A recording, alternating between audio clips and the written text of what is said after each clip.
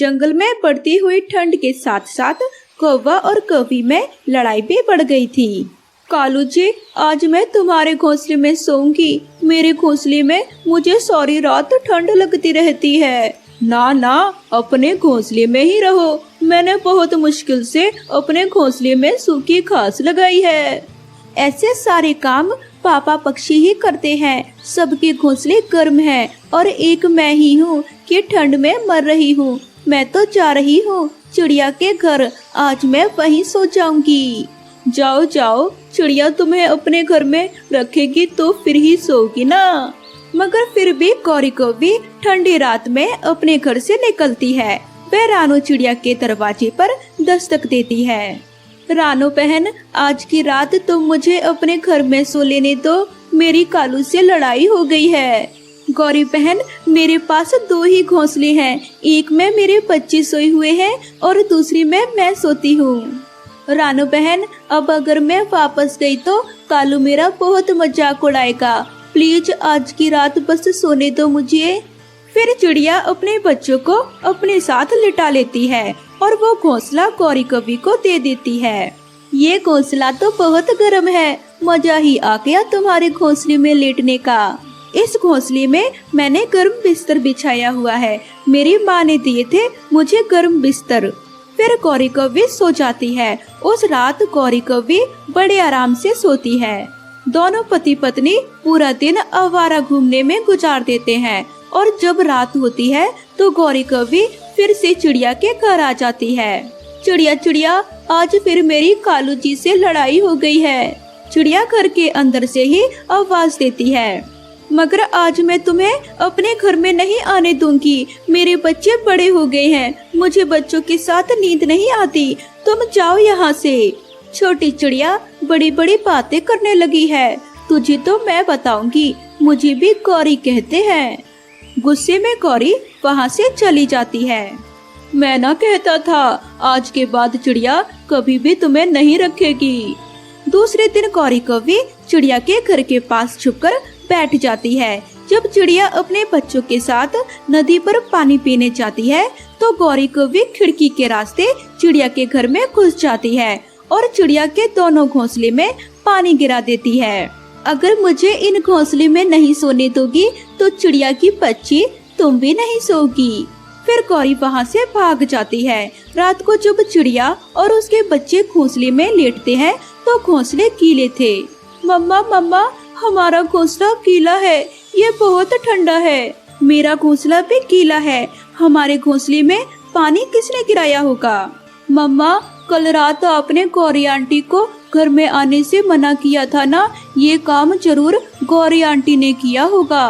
हाँ, ये काम जरूर उस गौरी की बच्ची का ही है, मगर मैं भी उसे सजा जरूर दूंगी।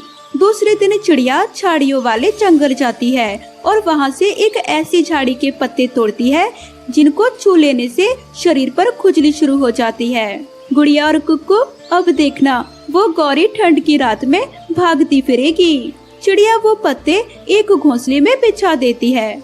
गुड़िया बेटा, जाओ और गौरी कौवी को बताओ कि वो आज हमारे घोंसले में सो सकती है। मम्मा मम्मा, गौरी आंटी का शरीर सुर्ख हो जाएगा इन पत्तों पर लेटकर। गुड़िया जल्दी से गौरी कौवी की तरफ जाती है। आंटी आंटी, मुझे मम्मा ने भेजा है। मम्मा ने कहा है कि आज रात आप हमारे घर में सो जाएं। तो फिर मान ही गई तुम्हारी मम्मा। मैं ना कहती थी, मुझे भी गौरी कहते हैं। गौरी गुड़िया के साथ जाती है। गौरी, घोंसले में पानी गिराने की क्या जरूरत थी? ये तो तुम्हारा अपना ही घर है। जब जी चाहे आ जाया करो और इसी घोंसले में सो जाया करो।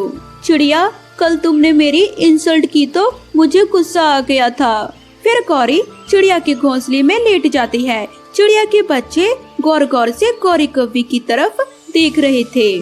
चिड़िया, ना जाने क्यों मेरे शरीर पर खुजली शुरू हो गई है। ये सुनकर बच्चे हंसने लगते हैं। 1 2 3 झाड़ी के पत्तों का काम हुआ शुरू। बचाओ चिड़िया, मुझे बचाओ। मेरे शरीर पर खुजली हो रही है। गौरी कौवी इधर उधर उड़ती हुई घर से बाहर निकल जाती है। वो कभी इस पेड़ से टकराती तो कभी उस पेड़ से। मर गई। उस चिड़िया ने घोंसले में ना जाने क्या रखा हुआ था। हाय मैं मर गई। ठंडे पानी से नहाओ गौरी, फिर ही तुम ठीक होगी। फिर गौरी को भी ठंडी ठंडी रात में नदी के ठंडे पानी में कूद जाती है, तब जाकर उसकी खुजली कम होती है। फिर वो बाकी की रात अपने घर में ठिठुर कर ही गुजारती है। उस रानो को छोटी चिड़िया ना समझो, वो बहुत सयानी चिड़िया है। ऐसे गौरी कवि को सजा मिलती। गुड़िया की माँ की एक दुर्घटना में मृत्यु हो गई थी। गुड़िया का पापा एक दफ्तर में काम करता था। गुड़िया अभी छोटी थी, इसलिए वो अपनी बेटी को घर में अकेला नहीं छोड़ सकता था और खुद भी घर में नहीं बैठ सकता था, इसलिए वो दूसरी शादी कर लेता है। गुड़िया की सौतेली माँ अपने साथ एक अपनी बेटी भी लाई थी, क्योंकि गुड़िया की सौतेली माँ भी पहले से शादीशुदा थी और उसका पति भी मर चुका था। गुड़िया तो बहुत खुश थी, क्योंकि मीनू की शक्ल में उसे एक दोस्त और बहन मिल गई थी। शादी के अगले दिन गुड़िया का पापा अपने दफ्तर चला जाता है और गुड़िया अपने स्कूल जाने की तैयारी कर रही थी कि उसकी सौतेली माँ आ जाती है। ये तुम किधर जाने की तैयारी कर रही हो? नहीं मम्मा, मैं स्कूल जा रही हूँ। कोई जरूरत नहीं है तुम्हें स्कूल जाने की। तुमको कौन सा पढ़ लिख कर अफसर बनना है? घर का चूल्हा ही संभालना है, तो फिर अभी से क्यों नहीं चूल्हा संभालना शुरू कर दो। चलो जाकर मेरे लिए नाश्ता बना कर लेकर आओ। मैं नाश्ते में 2 फ्राई अंडे, 1 ब्रेड का स्लाइस और साथ में कॉफी लेती हूँ। जल्दी से बनाकर लेकर आना। और हाँ, मीनू का नाश्ता जब वो उठेगी तब बनाना। गुड़िया की सौतेली माँ तो एक ही सांस में अपने ऑर्डर सुनाई जा रही थी। लेकिन मम्मा, मुझे तो कोई रसोई का काम नहीं आता और ना ही मेरे पापा ने मुझसे कभी कोई काम करवाया है। मेरे पापा तो मुझे पढ़ाना चाहते हैं और मेरी मम्मा का भी यही सपना था कि मैं पढ़कर डॉक्टर बनूं। अब तुम्हारी माँ नहीं है इस दुनिया में जिसके तुम्हें सपने पूरे करने हैं। अब तुम्हें वही करना होगा जो मैं कह रही हूँ। और हाँ, अगर तुमने अपने पापा को बताया कि मैंने तुम्हें स्कूल से हटवा दिया है, तो पंख और जबान दोनों काट कर रख दूंगी। फिर गुड़िया रसोई में चली जाती है। गुड़िया को तो कुछ समझ में नहीं आ रहा था कि वो क्या करे, क्योंकि उसने तो कभी भी चूल्हे में आग नहीं जलाई थी। उसे आग जलाना नहीं आ रहा था। थोड़ी देर बाद उसकी सौतेली माँ भी रसोई में आ जाती है। क्या तुम अभी तक ऐसे ही मुंह उठाए खड़ी हो? मेरा नाश्ता नहीं बनाया? नहीं मम्मा, मुझे चूल्हे में आग जलाना नहीं आती। मैं कैसे नाश्ता बनाऊं? तुम चिंता ना करो, मैं तुम्हें सब सिखा दूंगी। अब आंखें खोल कर देखना कि आग कैसे जलाते हैं। कल से तुम्हें खुद ही जलाना है। फिर गुड़िया की सौतेली माँ गुड़िया को आग जलाना सिखाती है। फिर ऐसे ही कुछ दिन गुजर जाते हैं। गुड़िया की सौतेली माँ गुड़िया से घर का सारा काम करवाती और उसके पापा के सामने उससे बहुत प्यार करती और उसके पापा के ऑफिस जाते ही उससे काम करवाने लग जाती। ऐसे ही एक दिन वो गुड़िया से कहती है, आज मैं और मेरी मीनू शॉपिंग पर जा रही हैं। मेरे आने तक भोजन तैयार रखना, नहीं तो मार मार कर हाल बुरा कर दूंगी।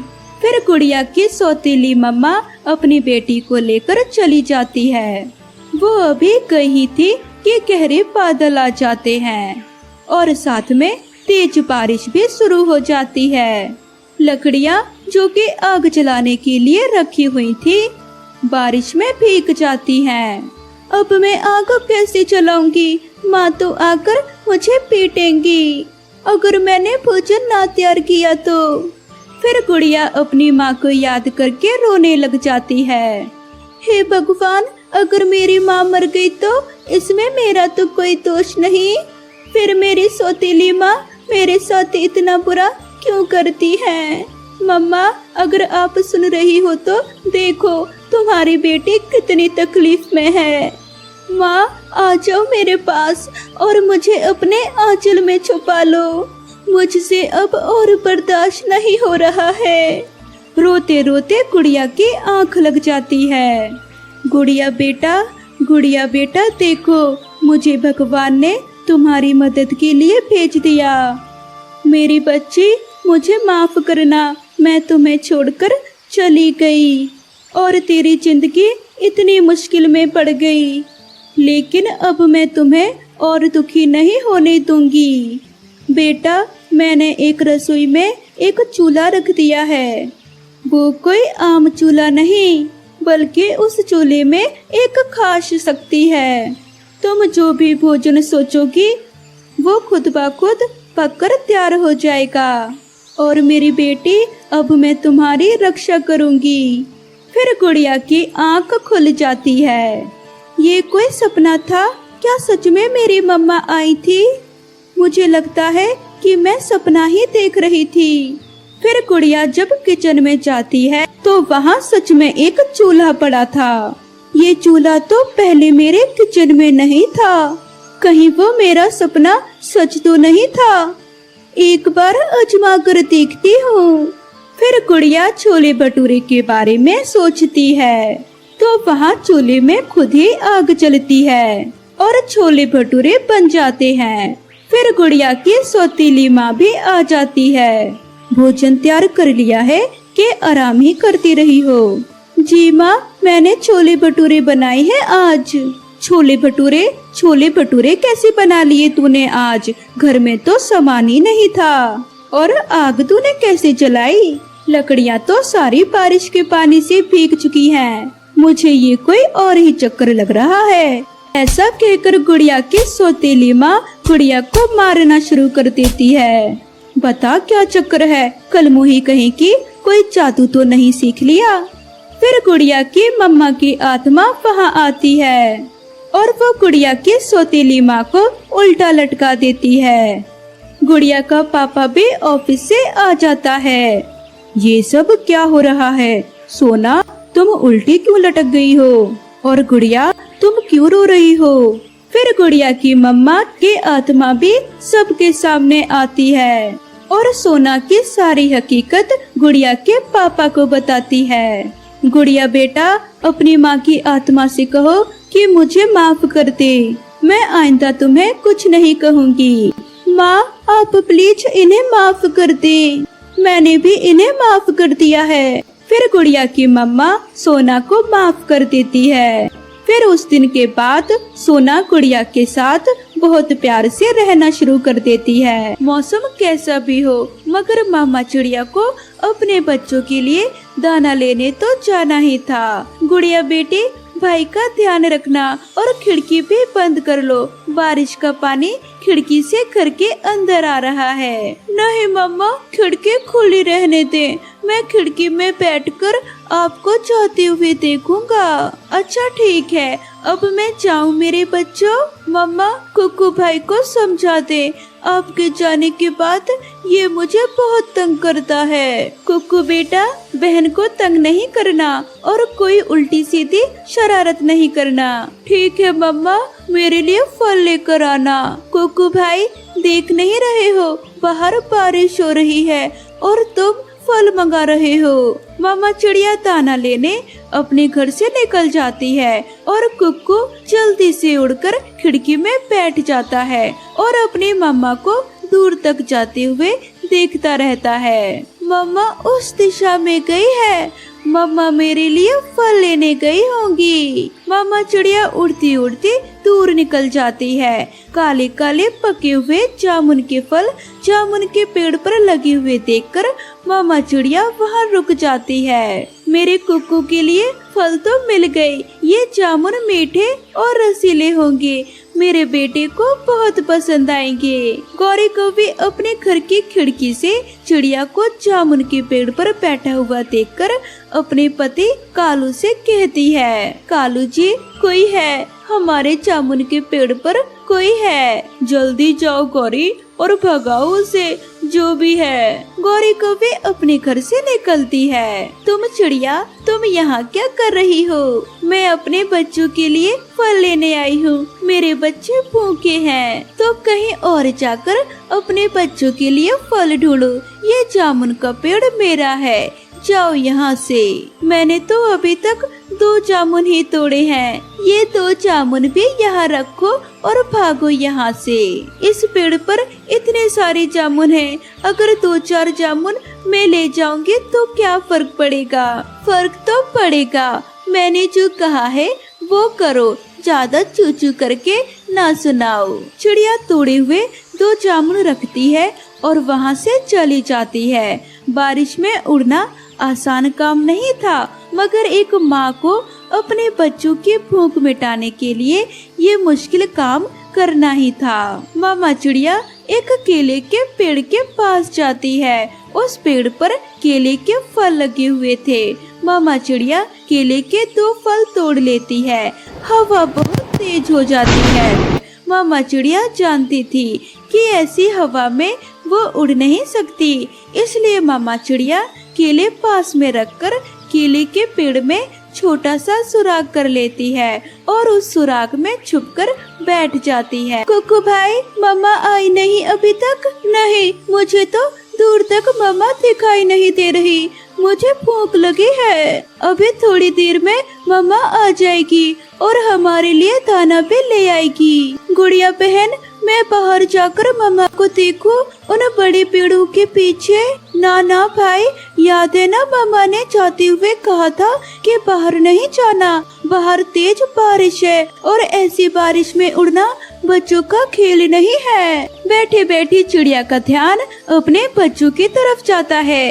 अब हवा भी थोड़ी रुक चुकी थी। हवा तो रुक गई है, बारिश का क्या पता सारी रात रुके या न रुके। मैं जाती हूँ। मैं केले के पत्ते से अपने लिए एक छाता बना लेती हूँ और उड़ती हूँ। ऐसा सोचकर मामा चिड़िया केले के पत्ते से अपने लिए एक छाता बना लेती है और उड़ती है। अब मामा चिड़िया बारिश के पानी से थोड़ा कम भीग रही थी। अपने घर की खिड़की में बैठा हुआ तोता चिड़िया को जाता हुआ देखकर चिड़िया को आवाज देता है। चिड़िया चिड़िया रुको रुको रुको चिड़िया। तोते भैया, क्या बात है? मुझे बहुत भूख लगी है। क्या तुम मुझे बताओगे कि तुम ये केले के फल कहाँ से लेकर आई हो? वो सामने बड़े पेड़ के पीछे घने जंगल में केले का एक पौधा है जिस पर और भी केले के फल लगे हुए हैं। आप वहाँ से जाकर ले सकते हो केले। अब मैं जाऊँ? मेरे बच्चे मेरा इंतजार कर रहे होंगे। चिड़िया धन्यवाद, मैं तो सुबह से ही घर में भूखा बैठा हुआ हूँ। फिर चिड़िया अपने घर की तरफ उड़ती है और तोता केले लेने चला जाता है। जब चिड़िया गौरी कौवे के घर के पास से गुजरती है तो चिड़िया के पास केले देखकर गौरी कौवे चिड़िया से पूछती है। चिड़िया सुनो सुनो, तुमने ये केले कहाँ से लिए हैं? ये मैंने घने जंगल से लिए हैं। अब ये ना कहना कि वो केले का पेड़ भी तुम्हारा है, वहाँ तो कोई भी नहीं था। चिड़िया, मेरा केले खाने का बहुत दिल कर रहा है। तुम मेरे पेड़ से कुछ जामुन ले लो और अपने केले मुझे दे दो। ना, मैं क्यों ऐसा करूं? मेरे बच्चों को केले के फल जामुन के फल से ज्यादा पसंद है। मैं तो अपने बच्चों के लिए केले ही लेकर जाऊंगी। चिड़िया मेरी बहन, मुझे बता दो तुमने ये केले कहाँ से लिए हैं? वो सामने बड़े पेड़ के पीछे घने जंगल से लिए हैं। तुम भी जाकर वहाँ से ले लो। चिड़िया अपने घर की तरफ जाती है और गौरी कौवे केले लेने निकल जाती है। मम्मा आ गई, मम्मा आ गई। मम्मा के पास केले के फल हैं। बाहर तो बहुत तेज बारिश है। मैं तो थक गई हूँ। मेरी प्यारी मम्मा, आपको कितने दुख सहने पड़ते हैं हमें पालने के लिए। नहीं बेटा, माँ बाप को अपने बच्चों के लिए काम करके खुशी होती है। तोते, मैं इतनी दूर से केले लेने आई हूँ, मगर तुमने सारे ही केले तोड़ लिए। ये पेड़ मेरा है, पहले मैं यहाँ आया था इसलिए मैंने सारे केले तोड़ लिए। तोते, मुझे 1-2 केले दे दो। ना, मैं क्यों दूं? तुम जाकर अपने जामुन के पेड़ से जामुन खाओ। मेरे तोते भाई, दो नहीं तो एक केला ही दे दो। फिर तोता गौरी को एक केला दे देता है, जिसे लेकर गौरी कौवी अपने घर भाग जाती है। चिड़िया के बच्चे मीठे मीठे केले खाकर बहुत खुश होते हैं और मीठी मीठी नींद सो जाते हैं।